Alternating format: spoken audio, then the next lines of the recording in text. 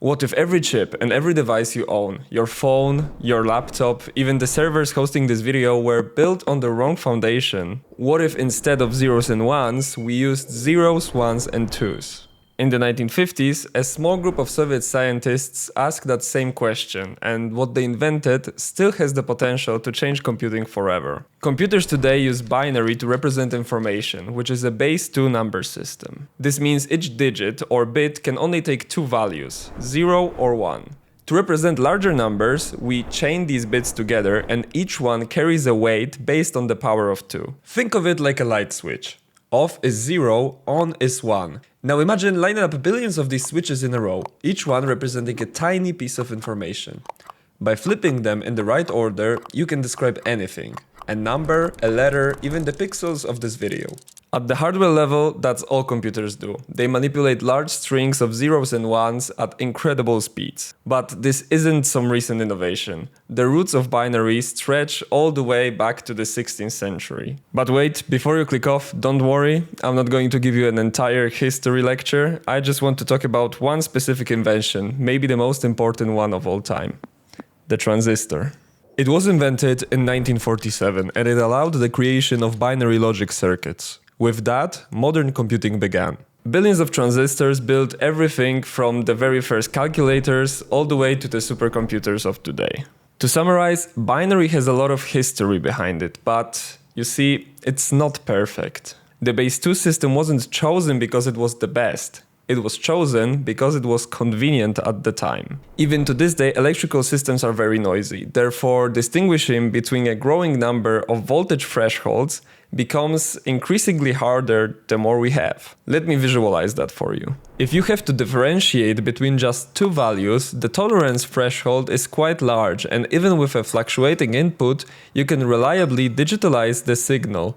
But by increasing the number of values that are to be identified, that threshold gets smaller and smaller until eventually the signal is jumping all over the place. Therefore, bipolar transistors, and therefore binary, won by default. They were simply more convenient and reliable at the time. And it worked. Transistors are the most produced human artifact in the history of mankind, with over 13 sextillion transistors produced so far. That's 13 with 21 zeros behind it. So far, the binary system has carried us through the technological revolution. But what if in reality we were just settling? And this is where ternary computing comes into play.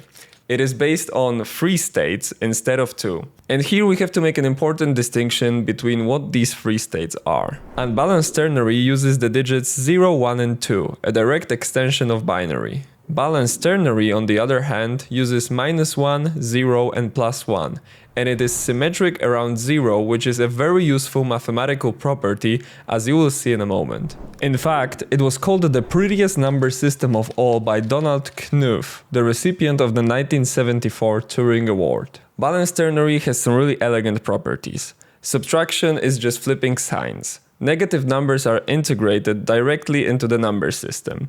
It's cleaner, it's more robust, and it is surprisingly efficient. As it turns out, base 3 might even be the most efficient number base of all. To demonstrate why, I will try to faithfully restate the argument made by Brian Hayes in his paper, The Third Base. How should we go about measuring the cost, meaning efficiency, of a number representation? If we just went with the most obvious assumption, we could say that the higher the base, the better. For example, in base 1000, we can represent numbers from 0 to 999 in a single digit. But the problem is, the single digit can be any of the 1000 symbols, all of which have to be reliably recognizable. Now, if we go to the opposite end of the spectrum, there lies the unary or base 1 system. To represent the number 1000 in unary, we would have to write one type of symbol 1000 times. Minimizing the number of digits causes the alphabet of possible symbols to explode. On the other hand, minimizing the number of symbols causes the width to explode.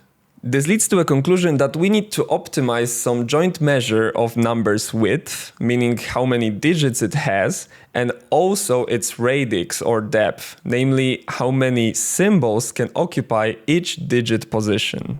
Mathematically, this can be represented as follows.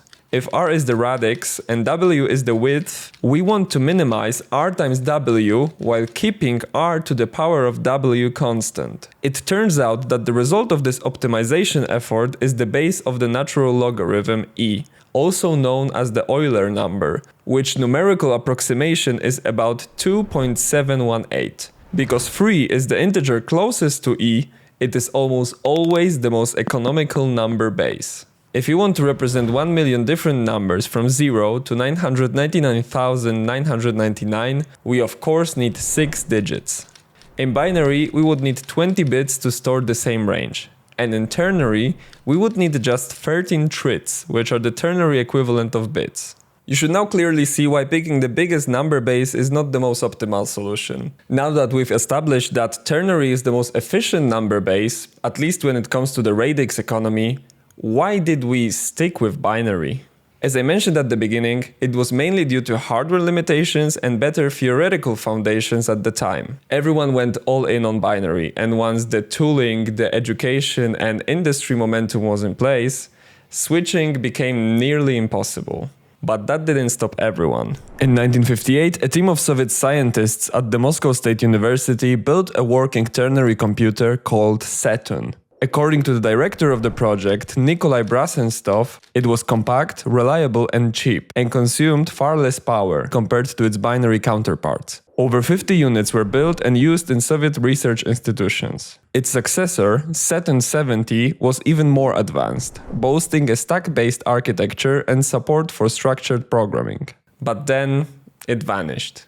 The funding for the project was pulled. It was pushed into obscurity and history simply moved on. Honestly, I could make an entire video on the Setun project alone. It is a very interesting piece of history. Let me know in the comments if this is something you'd be interested in. Also, if you made it this far, please consider subscribing, as 99% of the people who watch my videos are still not subscribed. But coming back to the topic of the video. Today, ternary is quietly making a comeback in some of the most cutting-edge fields of computer science. One of the most promising areas where ternary is reappearing is artificial intelligence. Modern deep learning models are incredibly powerful and in high demand, but they are also very resource hungry. They need huge amounts of memory, computing power, and most importantly, energy. And that's where ternary neural networks come in. Instead of using floating point numbers for every weight in a neural network, a ternary model restricts each weight to just 3 values, -1, 0 and +1. This means that multiplication, one of the most computationally expensive operations,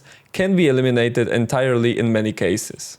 In turn, memory usage drops dramatically and energy efficiency skyrockets. In practice, ternary neural networks can reduce energy consumption by over 3 times in comparison to traditional approaches, while still achieving similar results on image recognition and other tasks. This makes them ideal for running AI models on low-power devices such as wearables and drones without sacrificing performance. For decades, the biggest roadblock to ternary adaptation was the hardware. But that limitation is no longer absolute. Recently, researchers have successfully produced ternary chips using standard CMOS manufacturing, the very same method that is used for producing binary chips. One breakthrough design coming from South Korea called T-CMOS uses quantum tunneling to introduce a third logic state without the need for multiple voltage thresholds. This means ternary logic can now be produced at scale using existing industrial infrastructure while consuming less power and maintaining signal stability. This changes the equation completely.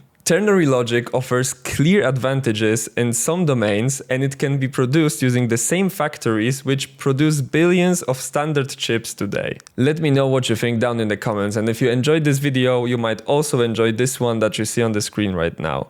Also, consider leaving a like and subscribing to not miss future videos like this.